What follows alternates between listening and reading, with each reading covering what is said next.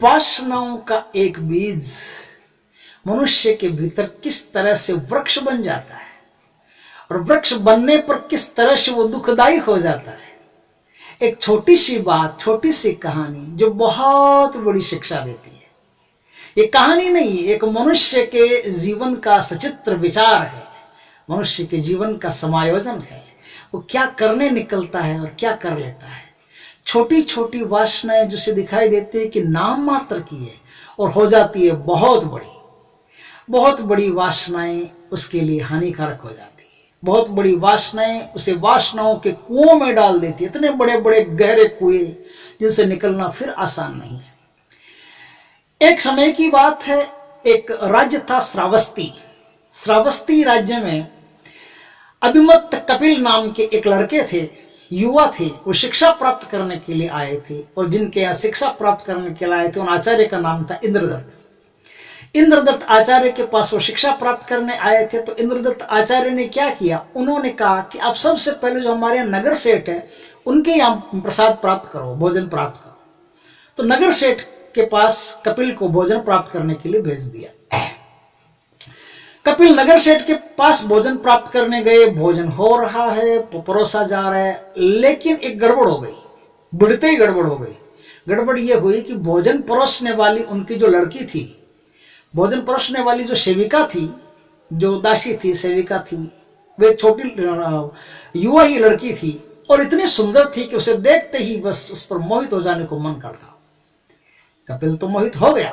एक ही झटके में कपिल उस कन्या को देखते ही उस पर मोहित हो गया और मोहित होने के साथ साथ उसने ये कह भी दिया कि मैं आपसे विवाह करना चाहता हूं। वसंतोत्सव आ रहा था, वसंत का उत्सव आ रहा था। तो वसंत के उत्सव के लिए उस लड़की ने कहा कि देखो मैं आपसे विवाह करने के लिए तो तैयार हूं, लेकिन मुझे 1 मासा सोना चाहिए। 1 मासा सोना यदि आप मुझे दे सकते हैं और फिर आप मेरे साथ पाणी ग्रहण कर सकते हैं, विवाह कर सकते हैं।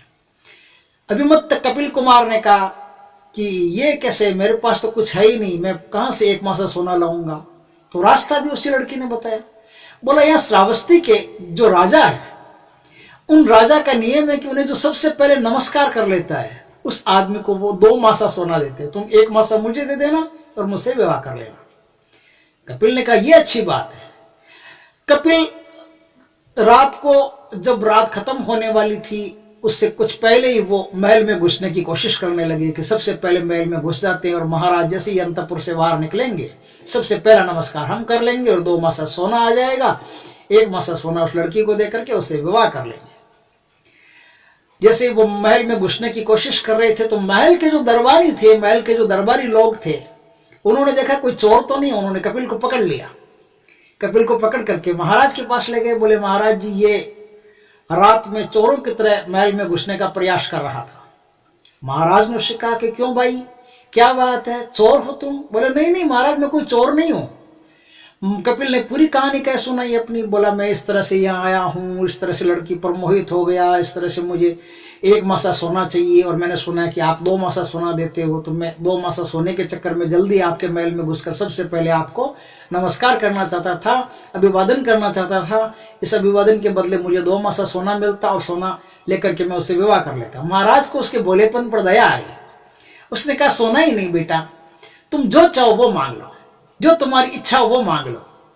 और जब वो मांग लो कहा तो कपिल ने कहा कि फिर तो गड़बड़ हो जाएगी, क्योंकि मुझे तो पता ही नहीं है मुझे मांगना क्या क्या है। अगर मैं अभी 2 मासा ही सोना मांग लूंगा तो जिंदगी में ऐसा अवसर कब कब आता है, बार बार थोड़ी आती है। तो लॉटरी खुली है और लॉटरी खुली है तो अब लॉटरी मेरे हिसाब से खुल रही है, तो फिर मैं भैया 1 दिन का वक्त लेता हूं। कपिल ने कहा कि महाराज आपकी बड़ी दया, बड़ी कृपा आपकी, मुझे 1 दिन का वक्त दीजिए। महाराज ने कहा बिल्कुल 1 दिन का वक्त ले ले, कल आके मांग लेना, कोई दिक्कत नहीं, जैसे तुम्हारी इच्छा हो बेटा। कपिल गया, जाकर के आश्रम में बैठ गया और विचार कर रहा है। कपिल ने सोचा कि 2 मासा सोना तो राजा दे ही रहे, लेकिन अब तो राजा ने कह दिया कि तुम जो मांगोगे वो तुम्हें देंगे, तो 2 मासा सोने से क्या होगा?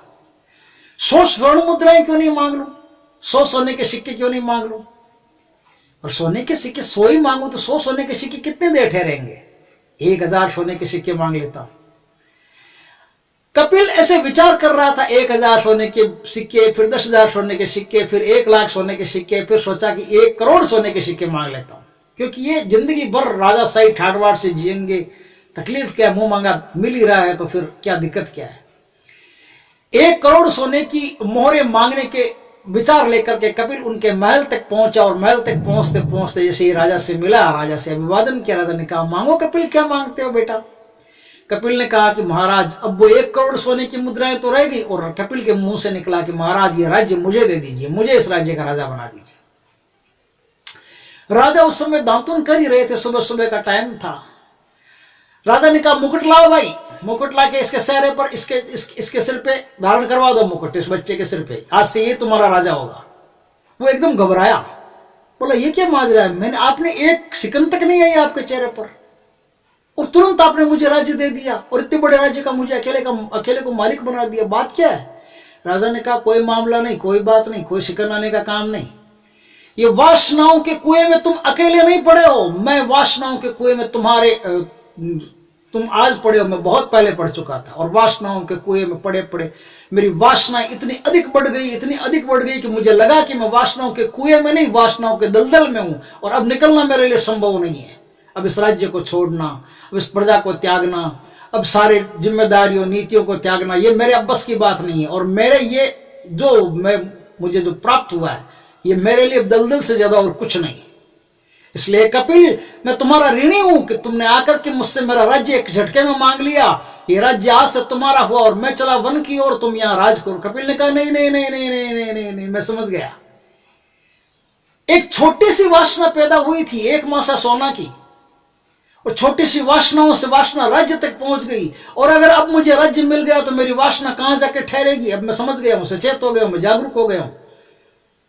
अब मुझे उतना नहीं चाहिए, जितने की आवश्यकता हो उतना ही चाहिए। और आवश्यकता क्यों, ये तो मैं रूप के मोह में फंस गया, ये तो मेरी कामना, मेरी काम वासना रूप के चक्कर में फंस गई थी, और मुझे 1 मासा सोना मांगने के लिए आपके दरबार में ले आई थी, आपके दरवाजे पर खड़ा कर दिया था। मुझे 1 मासा सोना भी नहीं चाहिए।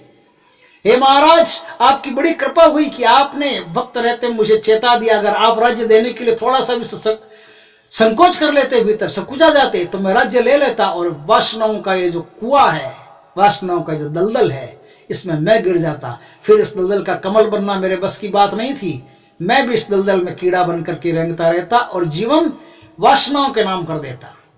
छोटी सी कहानी है, लेकिन बहुत बड़ी सीख देती है कि वासना छोटे से बीज से शुरू होती है और एक महाविशाल का वृक्ष बन करके आपके जीवन में प्रकट हो जाती है। इसलिए जो चीज आवश्यक है वही हमारे लिए जरूरी है। जो चीज इच्छित है उसका त्याग कर देना ही एक सत्पुरुष का, एक वैरागी का, एक ज्ञानी का काम है। एक भक्त के लिए उतना ही जरूरी है जितना उसके खाने पीने जीने के लिए आवश्यक हो। आवश्यकताओं से परे इच्छाएं होती है, और इच्छाएं वासनाओं से ज्यादा कुछ नहीं होती। वासनाएं भक्तों के जीवन में हो, ये सबसे बड़ा दुर्गुण है। कहानी कैसी लगी, अच्छी लगी हो तो कमेंट में जरूर लिखना। जय श्री कृष्ण मित्रों।